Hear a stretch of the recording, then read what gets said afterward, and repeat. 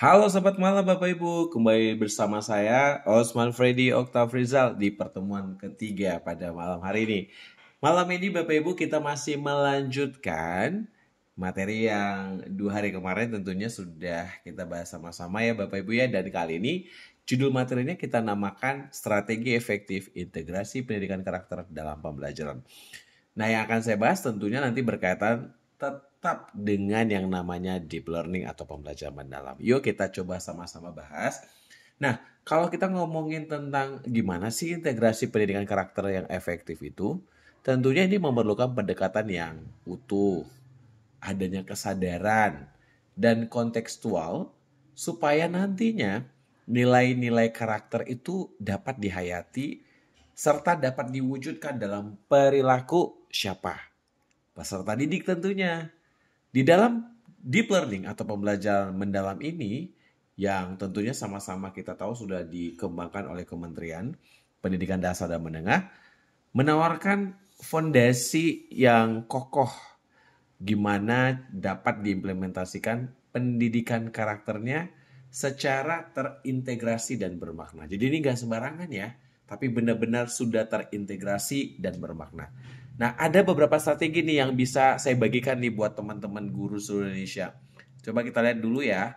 Yang pertama itu integrasi melalui 8 dimensi profil lulusan yang sudah dikembangkan. Kalau sebelumnya kita kenal dengan 6 profil pelajar Pancasila, sekarang udah 8. Keimanan, ketakwaan, kewargaan, kolaborasi, kemandirian, dan pelayanan kritis dan lainnya Bapak Ibu ya. Ini merupakan representasi dari nilai karakter. Nah, strateginya kita dapat mendesain tujuan pembelajaran yang tentunya harus menekankan gimana nanti dari pembelajaran itu terbentuk karakter. Ya, sikap tanggung jawab, empati siswa, toleransinya. Kemudian kita juga bisa menyisipkan indikator sikap atau nilai karakter dalam asesmen pembelajarannya. Sehingga benar-benar pada saat pembelajaran kita ini bisa terintegrasi Bapak Ibu. Jadi dia tidak sesuatu yang parsial atau terpisah-pisah, ya kan? Nah, yang kedua Bapak Ibu, penguatan melalui tentu Bapak Ibu ingat ya, ada 4 hal yang kita sentuh, pikir, hati, rasa, dan raga. Pendekatan holistik secara menyeluruh pada pembelajaran mendalam tentunya akan menumbuhkan karakter ini Bapak Ibu. Bagaimana kalau pikiran itu mengarah kepada bernalar kritis dan refleksi nilai. Sementara kalau pakai hati, dia bisa jujur, integritas, serta sadar diri. Untuk rasa itu berhubungan dengan empati maupun kepedulian sosial. Untuk olahraga itu berbicara tentang disiplin, kerja keras, serta kesehatan fisik. Wow, keren banget ya teman-teman semuanya ya. Nah, strateginya kita bisa merancang aktivitas yang mencerminkan keempat olah tersebut. Seperti apa nih? Boleh dicontoh ya. Debat etika, refleksi, jurnal, ataupun proyek berbasis solusi. Nah, yang ketiga nih teman-teman semuanya, Bapak Ibu Guru hebat seluruh Indonesia, kita dapat melihat dalam pembelajaran kontekstual dan bermakna. Nanti siswa diharapkan tuh mudah menyerap nilai karakter karena mereka sudah kita libatkan nyata dalam aktivitas yang tentunya dekat dengan seharian mereka. Contohnya gimana? Contoh studi kasus isu sosial. Bisa kita di televisi, bisa kita cepat mendapatkan tentang kasus korupsi, intoleransi, kerusakan lingkungan. Boleh dibawa masuk dalam pembelajaran. Ya dikaitkan gitu Bapak Ibu. Karena saya percaya anak-anak juga bisa tahu ya karena mereka tentu tonton televisi dan sebagainya. Boleh juga proyek layanan masyarakat seperti service learning. Boleh kita ajak mereka melakukan kampanye kebersihan, kegiatan sosial, dan lainnya.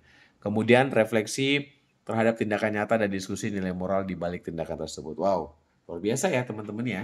Nah, yang keempat adalah pemanfaatan model pembelajaran aktif dan kolaboratif. Kalau selama ini kita tuh hanya masih berkutat pada teacher center, so we have to move. Kita harus pindah nih. Zona nyaman kita harus kita breakthrough Bapak Ibu. Pindahnya kemana tuh? Berbagai model macam-macam ya. Kemarin di sesi Zoom juga saya sempat sampaikan.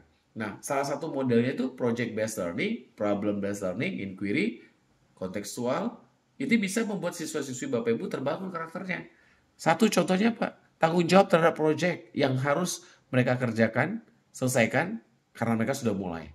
Kedua di sana juga bisa menunjukkan kerjasama, cara ngomong, berkomunikasi, menyampaikan ide, menerima masukan, dan tentu kepemimpinan. Serta kalau ada something problem, konflik di antara mereka bisa mereka selesaikan secara konstruktif. Wow, keren sekali ya. Kemudian penguatan budaya sekolah dari Kungfu Belajar. Nah, ini bisa Bapak Ibu mendukung kemanusiaan yang memperkuat internalisasi karakter. Strateginya gimana Bapak Ibu? Strateginya adalah membangun iklim belajar yang memuliakan martabat peserta didik, menerapkan nilai karakter dalam aturan kelas dan interaksi harian, serta memberikan keteladanan oleh guru sebagai role model. Nah, keren ya Bapak Ibu ya. Nah, yang keenam ada pemanfaatan teknologi digital secara etis. Etis berarti ya pakai etika, tidak sembarangan ya Bapak Ibu. Nah, di sini karakter bisa dibentuk nih Bapak Ibu dari cara siswa kita menggunakan teknologi. Strateginya coba deh ajak peserta didik berdiskusi etika digital. Tanggung jawab dalam menyebarkan informasi, jangan sembarangan. Informasi-informasi abal-abal atau hoax itu diposting-posting, nggak boleh. Jaga privasi kawan, tidak boleh sembarangan masuk ke akun orang lain dan hindari perundungan secara daring. Sekarang udah nggak musim mungkin ya Bapak Ibu ya, merundung langsung pakai verbal, tapi mereka mengetik di sana sini lewat status, lewat komentar dan sebagainya, itu bahaya. Gunakan media digital untuk memperkuat pesan moral. Misalnya buat kampanye karakter melalui video pendek. Wow, keren ya. Kemudian asesmen karakter yang autentik dan reflektif. Ini berbicara tentang integrasi karakter harus diikuti dengan asesmen yang berbasis didik. Untuk mereka bisa menilai dirinya sendiri atau self-assessment, menerima umpan balik peer feedback, atau menyusun refleksi diri terhadap proses belajar dan sikap yang ditunjukkan. Nah, contohnya apa? Mereka bisa buat jurnal reflektif, portofolio karakter, observasi sikap dalam proyek, dan wawancara terbuka. Nah, inilah Bapak Ibu penjelasan saya tentang strategi efektif integrasi pendidikan karakter dalam pembelajaran. Silakan Bapak Ibu nanti dimaknai, dan jika ada Bapak Ibu pertanyaannya, tinggalkan di kolom grup ya Bapak Ibu ya. Terima kasih, sampai ketemu lagi di lain kesempatan. Bye, sukses selalu.